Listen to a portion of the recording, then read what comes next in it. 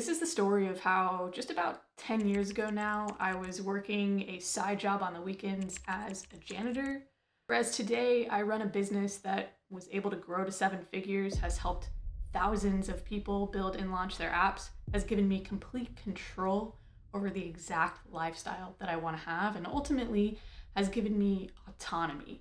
Now, for a little bit of context, if you're new to the channel, my co-founder Gaby and I run a business called Coaching No Code Apps, where we help people build and launch their apps without coding or outsourcing. Now, the reason why I want to share this story with you is because if you're watching this video, then chances are there is something about your day-to-day life that you don't really enjoy. And whether that is your job, your commute, your schedule, the people you work with, the work that you do, the lack of control you have, the amount of money you're making, whatever it is, you probably understand that building a product has the potential to change that for you. So I want to share with you where we started, where I started, and how we made the transition to where we are now. But most importantly, what we did right and what we did wrong, so that you can make the exact type of transition that you want into doing work you actually love, getting paid what you actually deserve, and having the lifestyle you have envisioned for yourself. So stick around, because we have spent years and tens of thousands of dollars learning these lessons, and I think they're really going to be helpful for you. So as a quick backstory, I was not raised with any knowledge of entrepreneurship at all. My grandfathers were in the military, my mom was a teacher. The idea that was ingrained into me was that you get a job that pays you enough, and if you work until your old age, you might even get some benefits that will allow you to get maybe a retirement job and pair it with those benefits and then live out your years. In other words, the idea of being self-employed just wasn't a thing. Instead, you become an employee and you rely on someone else to support you in terms of a salary and benefits. So after college, I followed some friends and moved to New York City. I got a job as a rowing coach at a rowing club there. It did not pay very much money, hence the side job as a janitor, cleaning the boathouse on the weekends. And if I had continued down that path, I would have lived out the expectation of being an employee. But two really cool things happened at that time. Number one, I met Gaby, and number two, we both had the idea of traveling full time, aka becoming digital nomads, which wasn't really a thing back then. And so the only way we knew how to make that happen was to become self-employed. So we kind of just started building things online, gaining a ton of knowledge, experimenting, and that led us to deep diving into the no-code space. The very beginning of Coaching No Code Apps really just involved offering some hourly coaching to people who were needing help building their apps on Bubble. Now keep in mind that before any of this, neither Gaby nor I had any experience with entrepreneurship. I was a coach, a personal trainer. Gaby was a video editor. But over the next 10 or so years, we went on to build a very healthy business that has given us the ability to create the lifestyles that we want. And the reason why I emphasize this is because whatever your starting point is, it's okay. Okay, so let's get to the juicy stuff, because this really matters for the transition that you're going to be taking. I'm gonna cover 5 things we did right in getting to where we are today, and then I'm gonna jump over to what we did very wrong. So number one, we didn't start out full time with this business. Instead, we continued making money in other ways while keeping our expenses as low as possible so that we could build up a runway and transition into running our business full time. Now, theoretically, this is a very simple thing to do, but I don't think a lot of people are willing to do this, because while the concept of it is straightforward and simple, the fact is it takes a lot of work and also restraint. You have to work on multiple things at once while delaying the gratification of all that hard work that you're putting in. And all of that kind of goes against human nature. And so if you're not mindfully aware of the reason why you're doing these things as you are doing them, it is very hard to keep doing them. But for us personally, we believed that increasing our workload for a period of time by 10x and decreasing our expenses for a period of time by 10x would eventually lead to a return of 10,000x. The key for you is to ask yourself, what is it worth for you to, at some point in the future, not be doing whatever it is you're currently doing that you hate? Hey, real quick time out here. So this video is covering a lot of important business fundamentals, but if you want to get into the nitty-gritty of actually building and launching your app, we have a free workshop I want you to join in on. It's over at coachingnocodeapps.com/workshop. This is going to guide you through the steps you need to take to go from idea to being a successful app entrepreneur. So stick around and continue watching this video. It's going to be super helpful with these business fundamentals, but head to coachingnocodeapps.com/workshop to actually dive into your app's development. The second thing we did right was during that transition period where we were still doing other work while trying to build up this business was that we were turning down job offers that would have pulled us away from continuing building our own thing. Again, this one is really simple in theory, but when you are in the midst of it, it's very hard to turn off your emotional reaction and make a logical decision based on your overarching goals. Because at some point, when you are transitioning from being an employee to being a business owner, you are going to have to cut off the work completely that you're doing as an employee, or rather cut off that income, because you're going to have to shift your full focus toward the new business. But that does not happen smoothly and seamlessly. Yes, you are going to increase your workload and decrease those expenses like we talked about as much as you can to smooth out this transition, but you're never going to reach a point where there's a perfect equilibrium and you can just slide on over into running your own business. At some point, you're going to have to take a leap of faith where you cut off the current or old thing and you focus fully on the new thing. And taking that leap of faith is going to involve making less money for a period of time. So when you are trying to transition and someone is offering you money to keep doing what it is you're doing in that former or current job, it's hard to say no. Maybe it's a boss who is offering you another project, or a client who is asking you to do one more thing, or a contract coming through the pipeline. You're going to start thinking, well, I'm really feeling the pain of this transition and I could really use that extra money.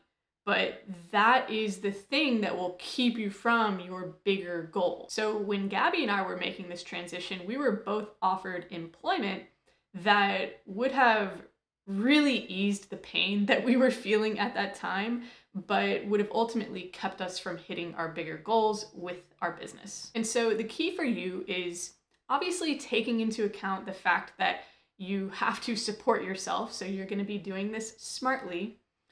Don't say yes to the instant gratification, because it will put you right back to where you started. And once you get through that extra job or project or whatever it is, you're just going to have to repeat the process. So there will always be something that can ease that pain temporarily throughout the transition, but it can put you in this cycle of never actually reaching your goal. All right, so the third thing we did very, very right was we decided to create a digital product that would add scale to our business. So we did this for two reasons. Number one, because there is obviously a cap on the number of hours in a day where you can work. There's also a cap to a certain extent on the amount of money that you can charge per hour. And in the early years, like I mentioned, we were just coaching and consulting. So we were trading our time for money. There's not a lot of leverage in that. So by creating a course, it teaches people how to build no-code apps on Bubble. It's called Fast Track. We still sell it to this day. It allowed us to add a lot of leverage and scale to the business. But the second reason we decided to do this is because, at the time, just offering the coaching and consulting, our calendar was completely maxed out. And so we were very limited on the number of people who we could help. We were having to turn a lot of people away.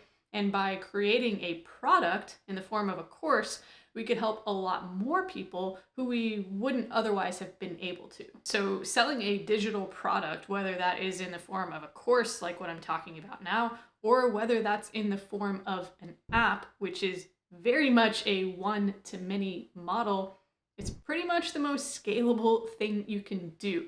And I will never forget the weekend we very first launched our Fast Track course.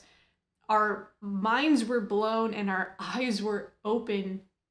We really couldn't believe that we were both helping people build their apps and being paid for it without actively sitting there and doing the work. So the thing to understand, or maybe just reinforce, is that an app is one of the most scalable things you can build in terms of business model, because you only have 24 hours in your day. So there is a cap on your time.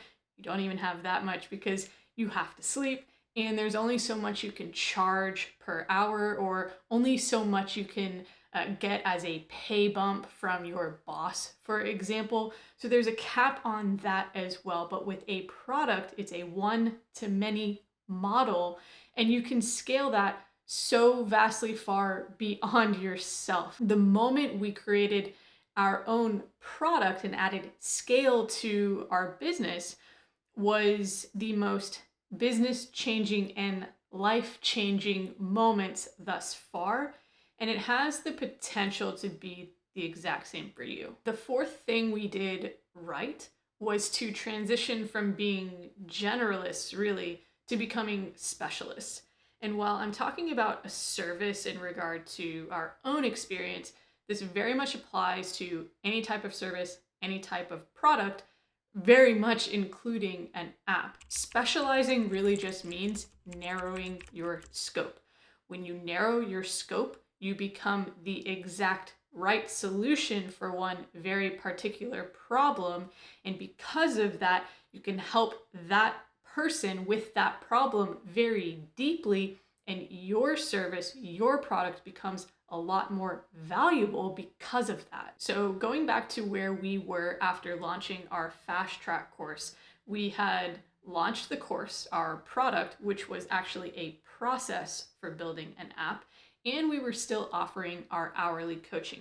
But because we were selling that course and we realized just how helpful it was for people to have access to a process, we realized that we weren't serving the people who we were helping with the hourly coaching as well as we really wanted to be. Because with that format, people would ask us questions and we would answer them and they would be able to solve their problems, but it was with the assumption that they had an underlying process that they were following in order to go from idea to launch. And the questions that they were asking us just kind of fit into that process.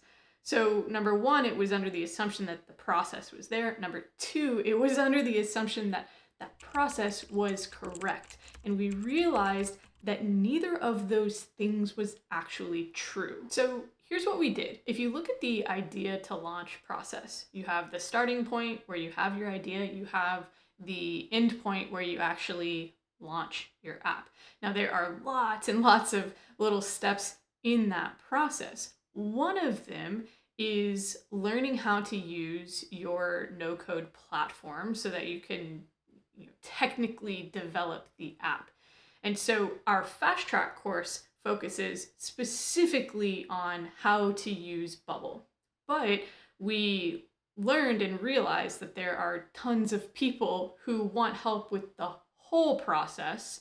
And they also want to be able to make sure that they are taking what they're learning and applying it to their unique app idea in very custom ways. So, what we did outside of just selling the course that we've talked about was we did away with that hourly coaching, which we realized wasn't fully serving people like we talked about. And we transitioned that into a program which we run today called Built to Scale. And this is a program that covers the entire process of going from idea to launch. So it's training, direct coaching, there's different milestones, assets. It covers the entire process so that there is not a requirement of needing to have your own process and needing to ensure that process is correct. There's no guesswork, there are no assumptions. So, how does this apply to you? Well, with our hourly coaching that we were previously offering, that was kind of like the equivalent of having a feature bloated app with every single function and bell and whistle that you could possibly imagine. Because what we were really doing was, anyone who asked us a question about anything would get an answer. So there were tons and tons of problems and outcomes of all different kinds. But when we switched to offering and focusing on this program instead, there was one problem, one process, one outcome. That's very specialized. Now, if you think about the product, the app you are building, if you strip away all the extra things that you think could be adding more value because they're addressing more things, you become a specialist. And that allows you to focus on one problem, one type of person, and one outcome, and get really, really, really good at that one thing and skyrocket your value because of it. So I mentioned when we very first launched our fast track course that it really opened our eyes as to what was possible. But when we transitioned into offering this Built to Scale program instead of just hourly coaching, this is when we truly realized those possibilities and made them happen. And so the key for you is to understand that if you want to create something of very high value, narrow your scope and specialize. All right, the fifth thing we did right was making a decision of which I attribute about 90% of our success to, and that was heavily investing into coaching and mentorship along the way. Now, could we have gotten to where we are today without investing into coaching and mentorship? I hear a lot of successful business owners answer this question by saying that yes, they think they could have, but it probably would have taken them a lot longer. Personally, I think the reality is that without that coaching and mentorship, we probably just would have burned out prior to getting where we are. Now, investing significant money into something like coaching can be very intimidating. At least it was for us initially, but the way we looked at it was if we could find someone who was already successfully helping people do the exact same thing that we wanted to do, then we weren't investing our money into them. We were investing our money into ourselves and basically just our confidence that we would be able to follow the process and do the work required. So once we adopted that mindset, it sort of enabled us to get out of our own way because our capacity to just do the work, that was something that we could control. So the key for you is to ask, when was the last time you bet on yourself? Because if you can do that, then you can be successful. All right, so let's switch gears. The 5 things we just talked about were the most pivotal moments that led to the most acceleration for us. But there were a few things that we did very wrong that we only realized in hindsight. And I think sharing these will help you avoid them altogether. One of the biggest things we did wrong was not realizing that our business did not have to look exactly like other successful businesses in order to be successful itself. And that might not sound that groundbreaking, but I'll tell you why it is. So we initially followed the typical agency path to growth, where you hire more employees in order to bring on more clients. And for a number of years, that's exactly what we did. We hired more employees and we brought on more clients. But after a while, we realized that we didn't really like that model or that path. The truth was that that was just the typical agency path. And so that's what we thought we had to do. But it led to us working for a significant period of time in a way that just didn't align for us. Now, was it a clear pathway toward growth? Yes, but one of the big reasons for running your own business, at least one of the most significant for me, is to be able to call your own shots and do exactly what you want to be doing. And we weren't doing that. But what I learned and what I hope for you to take away is that when you are growing a business, it's very normal for you to look at other businesses like yours and to just copy their goals and their growth.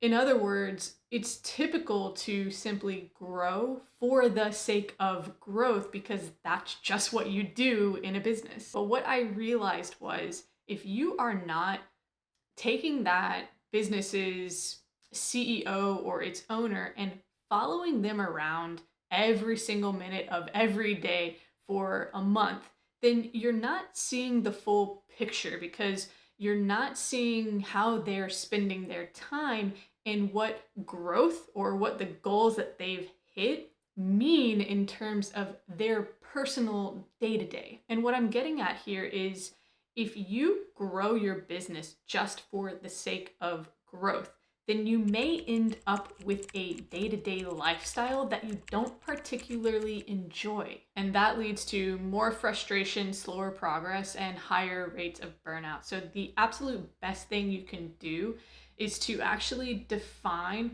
what growth or success means to you in terms of how you spend your time. Because then you can make sure the two things align and actually work toward something that is tangible and sustainable over the long run. All right, so the second most significant thing I learned in hindsight relates to the arrival fallacy, which is essentially when you are working your way towards a goal and while doing so, you're thinking to yourself, if I could just get here, then all of these problems would go away and everything would be perfect. So once I arrive, then everything is good, I'm good to go. Now, what I quickly learned to realize is, as the word fallacy would allude to, that is just not true. But that's not a bad thing, and that's the most important part. You see, throughout the years, we would be dealing with lots of bottlenecks in our business, have lots of frustrations, and constantly be trying to fix things. And we would set goals for ourselves. You know, once we fix this big bottleneck, then life will be good, business will be good, everything will be peachy. But the reality was, every time we hit that next level, whether it was fixing the next big bottleneck or climbing the next rung on the ladder toward growth, every time we did that, a new problem would arise. So we'd solve one, something else would then reveal itself, and we'd have a new set of problems, a new set of bottlenecks or frustrations. And for the longest time, we were frustrated by this because we thought we were doing everything wrong. You know, why wouldn't these problems just all clear out? But the reality was that that's just the nature of business. As an entrepreneur, your job is to be a problem solver. And if you want to grow your business, you have to constantly be seeking out problems to solve. Because if you're just kind of humming along steadily, you're not growing. So if you find yourself constantly feeling frustrated by all the problems that are popping up, both with the development of your app and the growth of your business overall, you will struggle over the long run. You should not only expect for these problems to constantly be there, but you should actually learn to seek them out. Once you can shift your mindset and approach it in that way, that's when you'll truly start growing with your business. The last big lesson that I learned in hindsight is, we talked about the importance of specializing and narrowing down your scope. And one of the mistakes that we made was not doing that sooner, number one, but also more deeply. Early on in business, the metrics that we focused on and tracked were normal things like revenue, expenses, sales projections, and all of those things. But there was a very intentional shift at a certain point to where our most important metric was the success of our clients and our customers. And we became absolutely obsessed with that. And because we did that, we were able to learn so much more about how to best help the type of person who we were helping. That allowed us to narrow our scope even further because we actually gave ourselves reference points because we dug into this so deeply. So what I'm really getting at here is when you narrow your focus, and this is especially true for an app, when you narrow your focus to solving one specific problem for one specific person, you can do that over and over and over again. In other words, you hone your product over time and you become really freaking good at what you do, and your value increases exponentially because of that. Think about it this way. You could buy a 10-piece knife set for the average home cook and spend $30 on it. Or you could buy a single knife that is created specifically for a specific type of chef who's cooking a specific type of food, and you could charge $3,000 for it.